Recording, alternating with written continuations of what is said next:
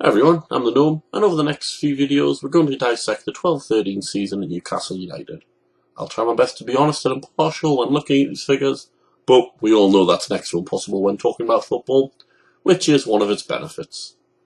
The first up, in my opinion, is Newcastle's strongest 11.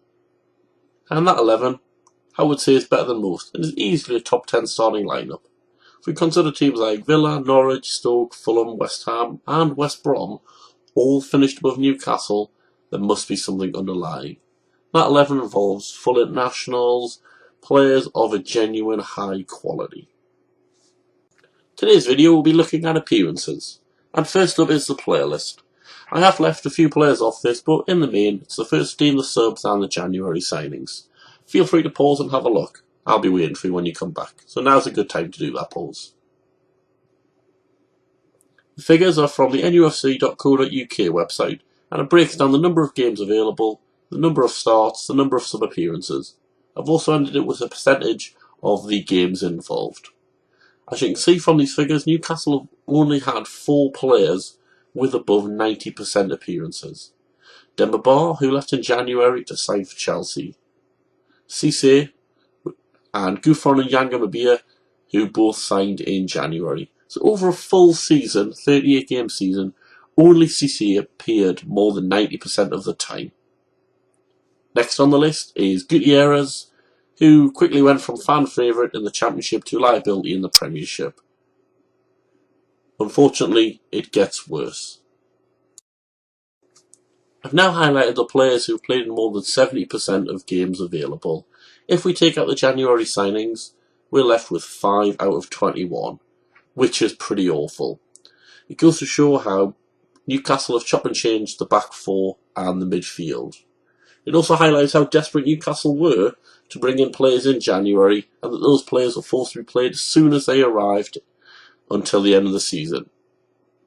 It also highlights to me that Newcastle had some serious injury or fitness woes. Mike Williamson was involved in the same number of games that Ben Arfa was. Shola Ameobi was involved in 60% of the available games, which is 10% more than Hatem Ben Arfa. Anita was available in more games than Tiote, but whereas Tiote had 22 starts, Anita only made 17. So why was Anita purchased? Why wasn't he used more? He was bought for £6 million, but rarely used, especially later in the campaign in the league. James Perch was used a lot, but never usually in the same position. Does the medical team need to be changed, or in fact invested in? Were Newcastle unlucky with injuries? I've not even included Ryan Taylor on this, who was unfortunately cruelly injured for the whole of this and next season.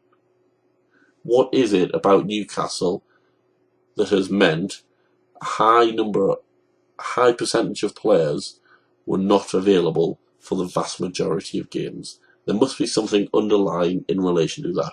Unfortunately, I'm not a club insider. I don't know what the answer to that question is. I would love to know, because it is something that genuinely needs to be fixed as soon as possible, but it's where a lot of our issues for the 12-13 season have arose. The next concerning figures is sub-appearances, and I've highlighted on screen the players with the most sub-appearances. Shola Ameobi, not surprisingly, was the most used sub, involved in 50% of games from the bench. All due respect, Shola's 32 at the time of this recording, has never been a regular goal scorer or even involved getting assists. The fact is, he is the option Pardew turns to, or is forced to turn to, and this highlights an alarming issue. Newcastle have very little on the bench to change up front. Marvel was the next used sub. Never really been able to make the starting places despite Ben Arfa's injuries and the lack of depth until the January signings. If there was ever time for him to stamp his authority, unfortunately that came and has left. Next up on the number of sub-appearances is Obertan and Biggie Romana. Biggie gets a pass as he's young, and he's not really signed for now, he's signed for a couple of years. Obertan sadly doesn't. To me, this all screams that Newcastle are lacking in squad depth, which was proven when Newcastle signed 5 players in January. These 5 players had come in the summer. Would the team have improved? Perhaps, but it might have meant less game time for Shola and Obertan, which can only be a positive thing. Finally, for this video, let's look back at the strongest 11 and put it side by side with what our strongest 11 would be based on the percentage of games played. On the strongest 11, 6 players were involved in less than 80% of games. If Newcastle had a large squad, this would be understandable, but as we don't, we need the bigger players to be playing. On the right hand side, Ben Off has been dropped for Shola Amiobi, Colaccini has been replaced by Yang Mabia, and Teode has been dropped for Gutierrez, and the team is vastly worse off. Even our excellent goalkeeper Tim Krul was only involved in 63% of games available. Whilst Rob Elliott didn't embarrass himself, Krul is an excellent goalkeeper and could have earned us a few positive results simply through his saving ability. If we then look at the whole season, Perch comes in for Debussy and Anita replaces Gouffron, and again the team is weakened. Football is all about opinion, and you can never normally change someone's. Hopefully I've given you some food for thought about the issues Newcastle have had to face.